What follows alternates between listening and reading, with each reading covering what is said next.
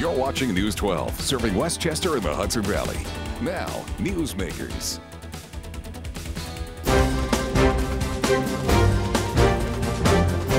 Hello and welcome to a special Vote 2011 edition of News 12's Newsmakers, everyone. I'm Brian Coneybear. Today we're going to begin a series of in-depth interviews with the candidates for the Westchester County Board. With Election Day approaching, we want to get their views on the major issues facing the county and, of course, its taxpayers, you, the viewer.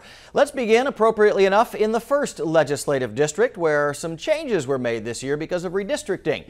The 1st District now includes most of the city of Peekskill, but not all of it, along with the village of Buchanan, parts of Cortland, and Yorktown as well. And right now we want to meet the candidates who are hoping to serve the voters there on the county legislature for the next 2 years. First, we welcome the incumbent, John Testa. Mr. Testa is a Republican seeking his 2nd term on the county board. Previously, he served 3 terms as the mayor of Peekskill, where he has been a long-time high school teacher at Peekskill High. He's also running on the Conservative and Independence party lines in November. Thank you for being here, sir. Thank you. We also welcome the challenger, Michael Kane. Mr. Kane is a Democrat who also has the Working Families Party line in November. He is currently the Peekskill Democratic Party chairman and works professionally at AT&T. Welcome to you, sir. Thank you. I appreciate you both being here. We want to give you each a minute to kind of state your case to the voters. We like to start with challengers. Mr. Kane, why should people replace Mr. Testa with you on the county board? Well, first let me tell you a little bit about myself. Sure. My name is it's Michael Kane. I've lived in Peekskill for the past 14 years, and I apologize for the laryngitis, but today's the day, so here I am. I also, as you said, I work for AT&T. I'm a shop steward for AT&T in Manhattan. My daughter, who graduated from Peekskill High School, went from kindergarten through. She's now off to college, doing very well so far. And I just love the city of Peekskill. But what I think that is really important in the government is that we have a responsive, caring, and proactive thinking government. And I don't see where we're getting that in District 1 right now. Okay, I also think that it takes a lot of effort to be that proactive, caring, and responsive government. And that, what I mean by that is you need to be working 365 days a year. And if you elect me, that's what you're going to get. I'll be there 365 days a year for everybody. Thank you, sir. Mr. Testa, why should people send you back to White Plains? Well, thank you very much. I pledged 2 years ago when I ran that I would bring my experience as a tax cutter and reformer to the county government, and that's what I've been doing over the last 2 years. I came into office along with a new county executive who had the same mantra, and we've been working very carefully with my colleagues on the board to make sure that we cut the spending, which is out of range for this area. It's made Westchester the most taxed county in America for the last 4 years. And now we are going forward with a new vision and a new discussion about cutting and reforming. And we've been able to cut the taxes in Westchester to a negative 2.2%, which was even higher for my district in District 1 and the municipalities I represent.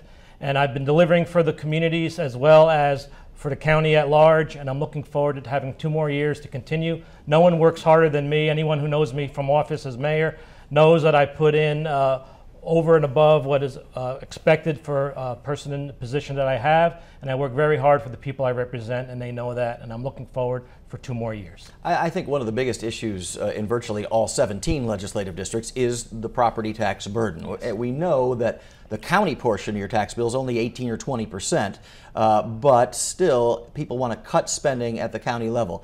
What would you focus on? Is that a major issue for you, Mr. Kane? Are there things you would cut, or do you think we're doing okay at this point? Well, I think that the fact that the county legislator was able to come up with a 2.2% decrease in taxes in the last budget is a good sign that they're working hard. And they didn't have to lay anybody off, which is a good thing too, because you have to remember that whenever you lay somebody off, they're no longer paying taxes. That's our income. That's as the county legislator, that's our cash revenue. Okay, that's what feeds us and allows us to pave the streets, is taxes that people are paying that are working.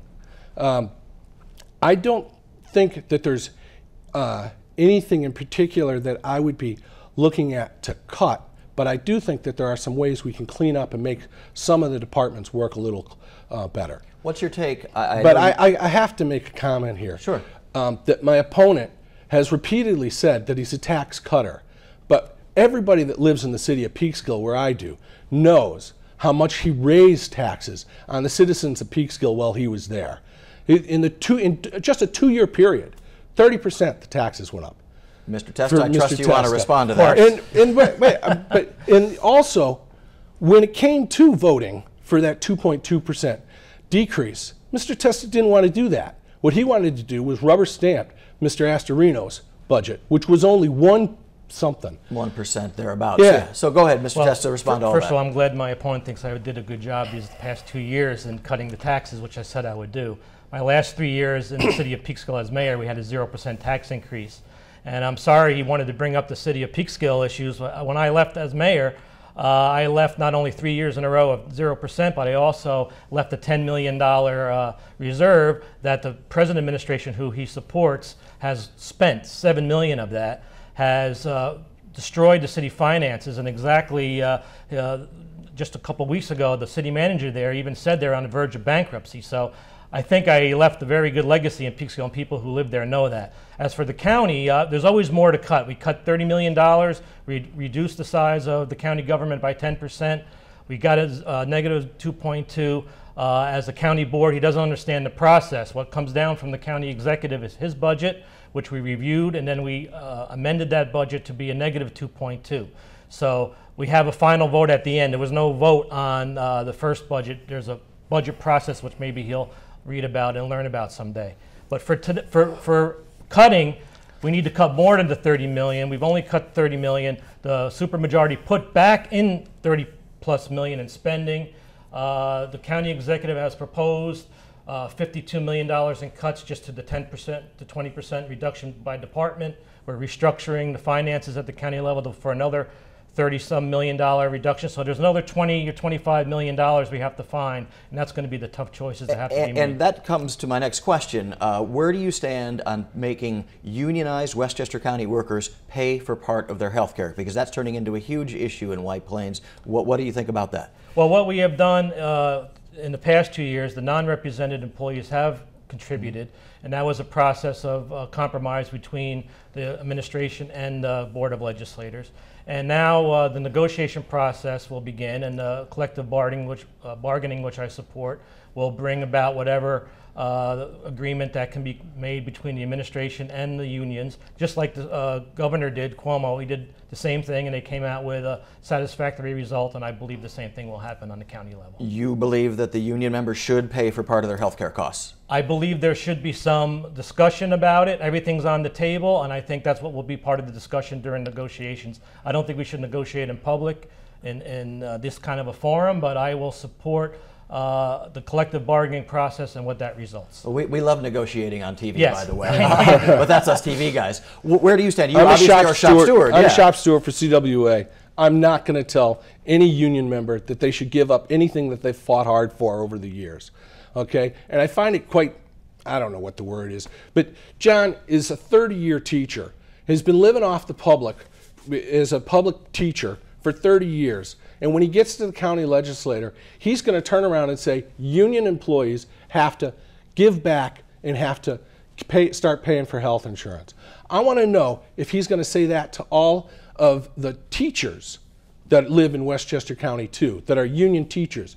Is he going to say that they should be starting to give back and that they should be paying more for health care than they have in the past? As you and I both know, if he does, then it's going to have a real effect on everybody's paycheck. But I don't know if... Obviously, the county can't force teachers in different school districts to pay. Well, I'm a teacher. I'm a member of a union. As being a teacher, I pay toward my health insurance. It was increased on our last contract. It's a result of a contract and collective bargaining, and whatever that is, we live by. As a teacher, I've had a 0% cost of living increase, and I accept that. I'm happy to have a job for 32 years teaching in my community that I grew up in. I'm very proud to be a teacher. I'm very proud to be a union member as a teacher all these years. and I understand the process, and I respect the process. Let me ask you both about Indian Point, because that has been a huge issue, the fight over relicensing. Would you like to see the plant relicensed and stay in the district for the next 20 years? Should Indian Point be relicensed, Mr. Kane? When I moved to the city of Peekskill, Indian Point was there. I knew it was there when I moved there. Okay, I wasn't born in Peekskill. I moved there 14 years ago. Whether it should be relicensed or not, I actually have not made up my mind on. But what I do know, and I'm very confident is going to happen, is that between the Attorney General and the Governor, they're going to go towards closing the plant. And I think that it's high time that the leaders of Westchester County recognize that and start making plans for how we're going to live with Indian Point closed. We have the opportunity to have hydroelectric there because of the river. We also can use wind power because of the river. The river creates quite a bit of wind. And we can also use natural gas. What we need to do is we need to protect what's there, conserve, and create. We need to create new jobs for the people that are working there right now. I want to make sure that they all get to send their children, their grandchildren get to go to college too. And I want to make sure that we do the right thing for the environment and the safety of everybody here in Westchester. Mr. Testa, relicense Indian Point or close Indian Point? Well, they'll definitely relicense it because it should be relicensed. It's very safe. It's been proven to be. It's a very important tax revenue generator for the local municipalities that I represent. The town of Cortland and the school district, Henrik Hudson, rely on that very, very heavily. It would be devastating for the community if that closed down. The jobs that would be lost would be devastating as well. Alternative energy, I'm a technology teacher. I teach about alternative energy. The technology simply isn't there for replacing the amount of energy that plant creates into the grid. It just can't be replaced at this point. Maybe someday it will be as technology improves, but as of right now it's not. And called about protecting the environment, there's a call for these cooling towers, which are individually the size of Yankee Stadium, and they want to force 2 of them to be built on the property, which would wipe out all the natural area that's left there, which would be devastating as well. So I think if the NRC continues on their path and the governor stops with the rhetoric and gets down to the brass tacks of what really is the truth about Indian Point and the vitality of it and the importance of it, I think we'll get to that. Well, they got about a minute left. I'll give each 30 seconds to kind of state your case once again. Mr. Testa, go for it. Again, I'm just finishing my first term as the county legislator. I am a tax fighter. I've been known as that throughout my time as a representative of Peekskill. I grew up in Peekskill. I know the area. I have relatives. My mother grew up in the town of Cortland, which I represent as well. So I know the area very well. I've been representing them very carefully and strongly over the last 2 years, bringing in new infrastructure projects, senior citizen programs, youth programs, and I want to continue to do that. Thank you, sir. Mr. Kane, you get the final word, 30 seconds. Okay, again, I'll be there 365 days out of the year. I'll give everybody my cell phone. They can call me at midnight. I don't care. It's right now, almost everybody knows it anyways. And I have a track record of the things that I try and start, I get finished. I usually work with a lot of people in order to get that done, and that's one of the things I look forward to doing in Westchester County government. Michael Kane, John Testa, best of luck to both of you on election night. We appreciate you being here to share your views. We're going to be right back with another local race for the Westchester County Board here on News 12 in 2 minutes. Don't go away.